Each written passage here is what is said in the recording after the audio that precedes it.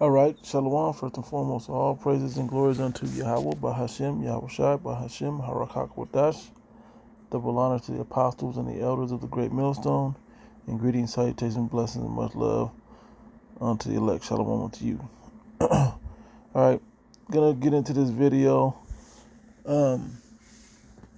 because as times the squeeze begins, if you will, with gas prices rising, with food prices rising, housing costs raising, rent raising, and all of that.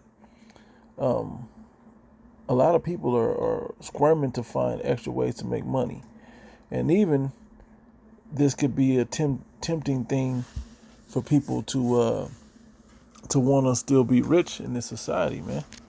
And really the message is this is a collapsing society. Brace yourself. Not by laying a bunch of money bags and so you have cushion to fall on, but brace yourself spiritually to go without. All right. So I jotted down a bunch of these precepts and never got to the video. So Lord willing, I'll bring this out and and it'll be edifying. Let's start with Mark 8. Mark 8 verse 36. Matter of fact, verse 35. Matter of fact, I'll start up at 30.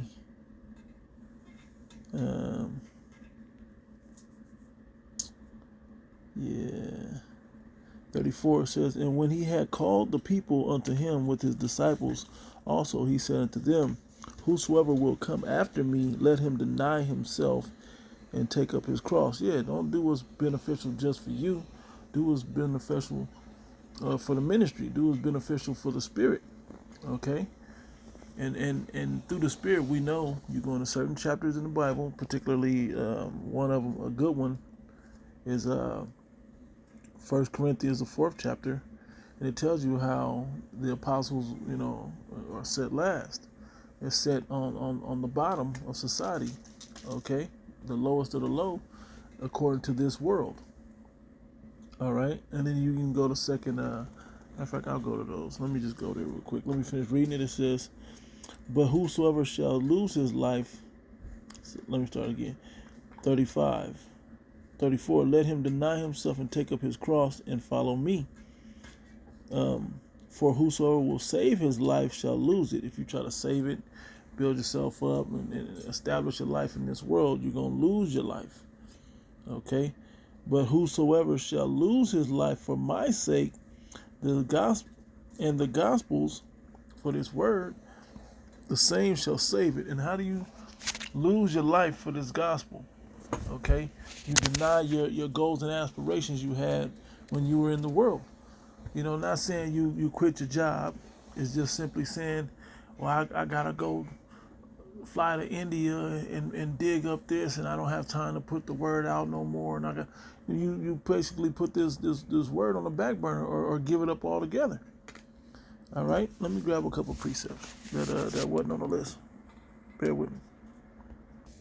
Okay, 1 John chapter 4, verse 4 says, ye are of Yahweh, little children, and have overcome them, because greater is he that is in you than he that is in the world. Yeah, man, you got to remember, doing this work of faith for Yahweh B'Shem Yahushai that you were called to do, okay, then is more beneficial than anything else that you could possibly do on this earth. Okay, it said they are of the world, therefore speak they of the world, and the world heareth them. A lot of people can't deal with the fact of the world don't recognize you or hear you. That's why you see these other groups mingling in with these world-friendly doctrines, okay, world-friendly positions, okay. Sometimes you just gotta be what's the word I want to use? Strict, if you will. Okay, away from things of the world, man, because those things could eventually uproot you. And that was the other one. That's the spirit. It says, we are of Yahweh. He that knoweth Yahweh heareth us, and he that is not of Yahweh heareth not us. Hereby know we the spirit of truth and the spirit of error. Now let me grab this other one. Straight to the point, Matthew 13, verse 22. He that receives seed among the thorns, no. Yeah, receives seed among the thorns is he that heareth the word, and the cares of this world and the deceitfulness of riches choke the word, and he becometh unfruitful. Okay, because the things that the world have to offer are too appealing to completely let go. So when it has a choice between, if you will, a choice, have to choose between the world or the spirit, a lot of people choose mammon. Okay, and that's from Matthew the 6th chapter. You can't serve two masters. You will love the one or hate the other. You cannot serve the Most High and mammon. And that mammon is the god of money. Okay, and that's what happens to people. So let me go back. Okay, back in it, it says, verse 36, it says, for what shall it profit a man if he shall gain the whole world and lose his own soul? Okay, or what shall a man give in exchange for his soul? All right, so you got to really consider what you're trying to protect here. You should be protecting your spirit. Okay, fuck your life, man. This thing, everything in your flesh in this life is bound to be destroyed, man. Okay, so now your spirit being it close to as close as you can get it to Yahweh Bashim Yahushai should be your object. All right, let's go back into the. All right, we got oh yeah, this is a good one. I get straight to the point. It's Sirach chapter 2, verse 4. Whatsoever brought upon thee, take cheerfully, and be patient when thou art changed to a low estate. Yeah, and we all get changed into this low estate. Okay? We all get changed into a low estate. This is how wisdom will try you by crooked ways, man. A lot of people will test to see if you grew up all about that money, guess what might be one of your tests. Okay? Denying yourself and your time of money, just keeping you on the edge. If you used to living good, it may be that you have to take the low. And believe me, in this truth, get accustomed to taking the low. All right. I'm not going to read any more of that. Wait, there is another one in this. Yeah. Verse 14. Woe unto you that have lost patience, and what shall ye do when the Lord shall visit you? Okay, and when you lose patience, man, like, man, it ain't happening fast enough, man. I gotta go get this money. If you thinking like that, I gotta go have this time. I gotta go whatever. If you thinking like that, man, you got the wrong idea. Going against the spirit to do things that won't benefit you spiritually. Okay, not to say that you can't go out and have a good time. You can't have money in your pocket and all of that. Simply saying that your focus remains on Yahweh Bashim Yahushai. All right. From there, keep it going. Mark 10 in verse 24 says, and the disciples were astonished at his words, because Yahushua answered them again and said unto them, children, how hard is it for them that trust in riches to enter into the kingdom of Yahweh? Okay, it is easier for a camel to go through the eye of a needle, which is impossible, than for a rich man to enter into the kingdom of Yahweh. Okay? It's funny, he said, when, and I'm going to keep reading because it makes a good point. And they were astonished out of the measure, saying among themselves, who then can be saved? Yahushua looking upon them saith, with men it is impossible, but not with Yahweh. For with Yahweh all things are possible. Yeah, but you got to be with Yahweh to make these impossible things possible. Okay, but if you turn your back to go do this worldly thing, man, that's when you depart from your maker. All right? And that's where you don't want to be. All right? Let's see what else I jotted down. Okay. Ecclesiastes 11. Make sure that was it. Yep. Yeah. Where 11:11, there is one that laboreth and taketh pains, and maketh haste, and is so much the more behind. Again, there's another that is slow and need of help, wanting ability, and full of poverty. Yet the eye of the Lord looked upon him for good, and set him up from his low estate. Okay, so the Most High will move you into that higher estate. Okay, keep your focus on him. It's not impossible for him to do it. All right, and lifted up his head from misery, so that many that saw it marveled at him. Okay, prosperity and adversity, life and death, poverty and riches come from Yahweh the Lord. Okay, I'm sure there's probably more on this. Yep. Yeah, I'll keep reading verse 17. The gift of the Lord remaineth with the godly, and his favor bringeth prosperity forever. So how do you get his favor? Keep your eye on the Lord, keep your eye on the work, stay in the spirit.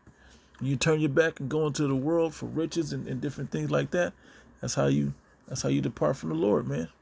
Okay, there is that waxed rich by his weariness and pinching, and this is the portion of his reward. Okay, whereas he said, I have found rest, and now will eat continually of my goods, and yet knoweth not what time shall come upon him, and that he must leave those things for others and die. Okay, be steadfast in thy covenant, and be conversant therein, and wax old in thy work, with the work of the Lord. Okay, marvel not at the works of sinners. And this is something that usually pulls a lot of guys out. They see what 2/3 are doing, and they see them prospering, or even the wicked, they see what they're doing, and they see them prospering, and they can't be focused on the work of the Lord, because all they can see is the impoverished position that they're in for the moment. Okay, it says and abide in thy labor with the Lord, for it is an easy thing in the sight of the Lord on the sudden to make a poor man rich. Hey, he can turn it around, because he can trust your spirit that when you get it, it's not going to uproot you. It's going to keep you focused on him. You're going to do the right thing with the money, spread it around, or whatever you got to do with it. Pay your tithes, whatever you got to do with it. You're going to do the right thing, and you're going to stay focused. It's going to help you focus more rather than pull you out of this thing. Okay? The blessing of the Lord is in the reward of the godly, and suddenly he maketh his blessing flourish. Say not, what profit is there of my service, and what good things shall I have hereafter? Again, say not, I have enough and possess many things, and what evil shall I have hereafter? See it? In the day of prosperity there is a forgetfulness of affliction, and in the day of affliction there is no more remembrance of prosperity. For it is an easy thing unto the Lord Yahweh in the day of death to reward a man according to his ways. Okay, that was all I had highlighted on that. I thought of one real quick. Yeah, I gotta read this one. This is one of my favorites. Romans 8:17. And if children, then heirs, heirs of Yahweh, and joint heirs with Hamashiach Yahushua. If so be that we suffer with him, that we may be also glorified together. Okay, so you got to take the low for now. It says, for I reckon that the sufferings of this present time are not worthy to be compared with the glory which shall be revealed in us. Okay, the glory that we're going to get, man, is not nearly to be compared. And another one says, though my God scourge me or punish me, he scourgeth or punisheth, I forget how it goes, our enemies 10 times more. So our enemies get it worse, man, still. Okay? The enemies of Yahweh get it worse. All right, so let me go back.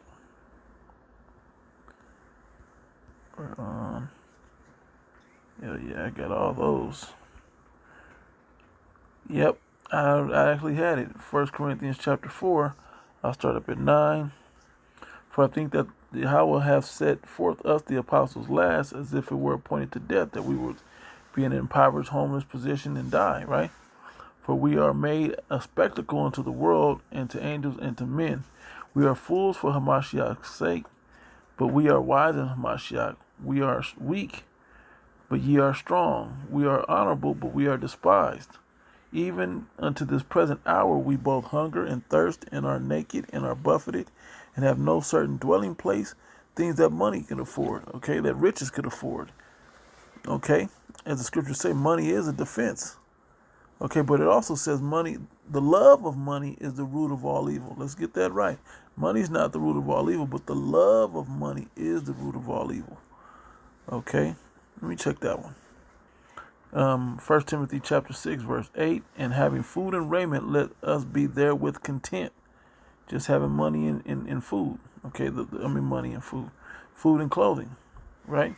But they that will be rich fall into temptation and a snare, and into many foolish and hurtful lusts, which drown men in destruction and perdition. For the love of money is the root of all evil, which while some covet after, they have erred from the faith and pierced themselves through with many sorrows. Okay?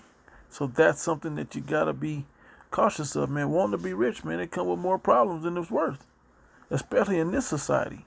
The kingdom of heaven, when we have the laws written in us and we're perfect and the better bodies and we're in the rulership position, yeah, man, money will be as the blessing is supposed to be.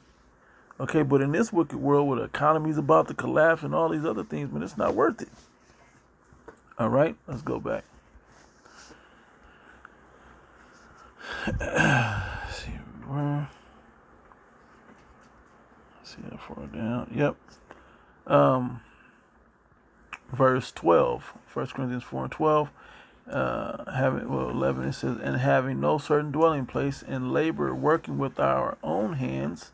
Instead of being a boss telling somebody what to do, you got to work with your own hands. Being reviled, we bless. Being persecuted, we suffer it. Being defamed, we entreat. We are made as the filth of the world and as the offspring of all things unto this day. Okay, that's the load that we got to take, man. I write not these things to shame you, but as my beloved sons, I warn you. And if you really meditate, and I've meditated on it, but if you meditate enough on it, you'll realize one of the things that you have to deal with taking the low in this is that to see if you're going to bug out, if you can deal with taking the low of being a have-not, you know. And if you do have a little something, it'll only make you more appreciate what you get in the kingdom of heaven. All right, from there, from there, let's go to Philippians 4.